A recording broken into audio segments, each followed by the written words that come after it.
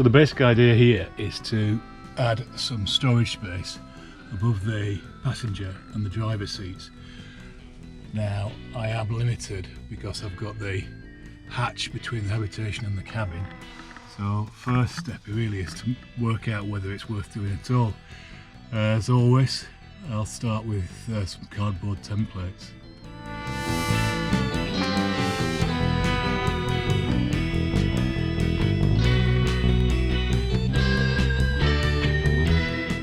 So as you can see, the large piece of cardboard, which was 600 by 800 mil, has been reduced to this, which is 640 mil long, 290 at the top and 450 at the bottom maybe. Anyway, let me just take it into the van and try and talk through my logic. Obviously one of the challenges I had was trying to get a long piece of wood into this space with all the existing angles. So what I did was chose to cut it a bit shorter so it'll fit like that, with a cutout for the handle and so on, and then I'll fix the front edge to the existing shelf by just drilling through.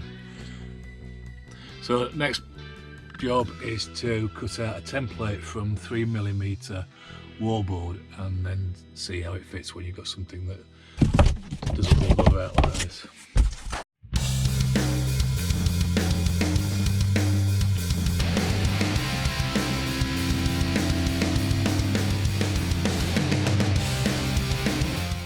Okay, so these are the changes. I need to add 5mm along this edge, all the way around. That needs to be just shaved in a little bit, and that looks naff, so I'll curve that around, and that's for the grab handle. Should be like that. So I'll get another piece and then cut that out, and hopefully a second time around to get it right.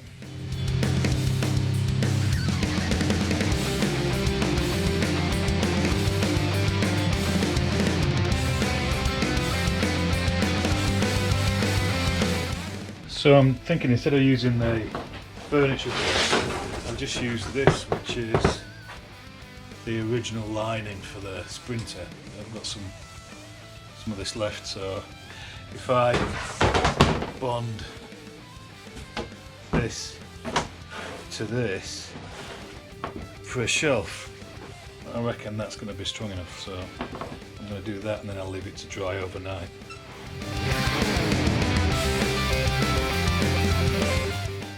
So what I'm going to do is I'm going to actually cut this a little bit shorter than the white wallboard, so that I can build a little lift along the edge and things won't fall off the shelf as I'm driving along. And I'll do that with some of that aluminium 90-degree joiner that I've got from doing the shower in the back of the camper.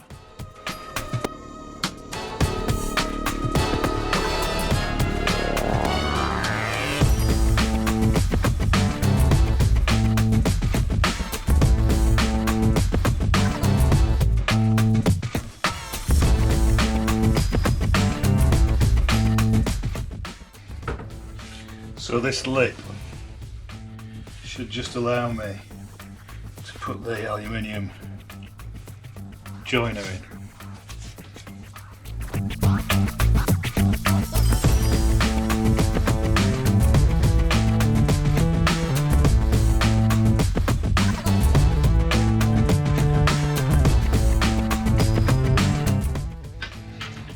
So that's worked out really well, and I don't need to put any reinforcement on that. So that's what that edge will look like. So hopefully with two of them I can cut a piece of wallboard to fit in between, and it'll look like that.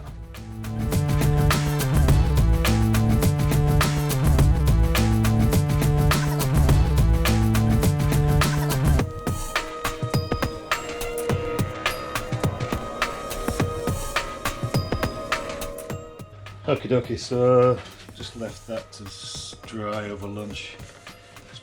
It's quite solid. What I want to do now is put a block in here so I can screw into the bulkhead.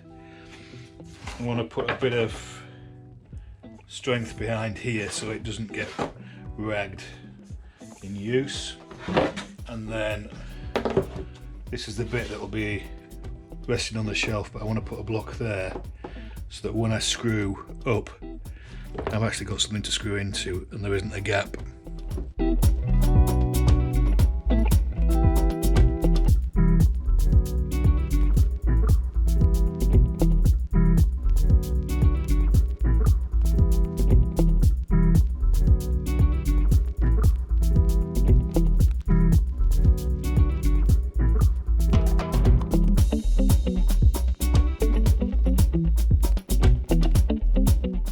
Alright, so I now need to leave it to just cure overnight.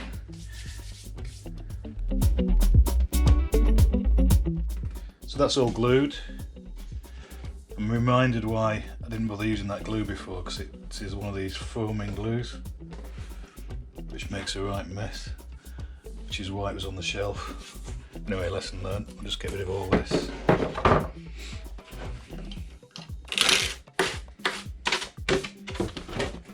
Moment of truth. Time to see if it fits. Okay, so that fits.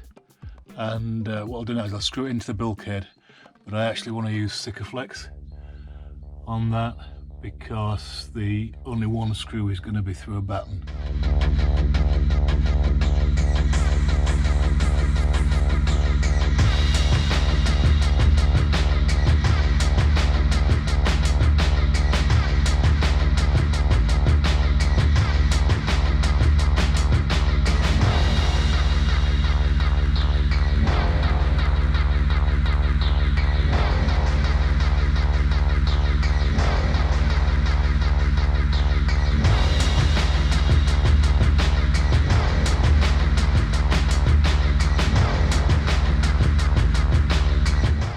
So just to give you an idea of how much space that provides in terms of storage, the wild earth awning with the poles in the bag at the back and 2 chairs, fold up chairs from Help Kit, with plenty of space for more stuff to go in there, at least a couple of coats or whatever.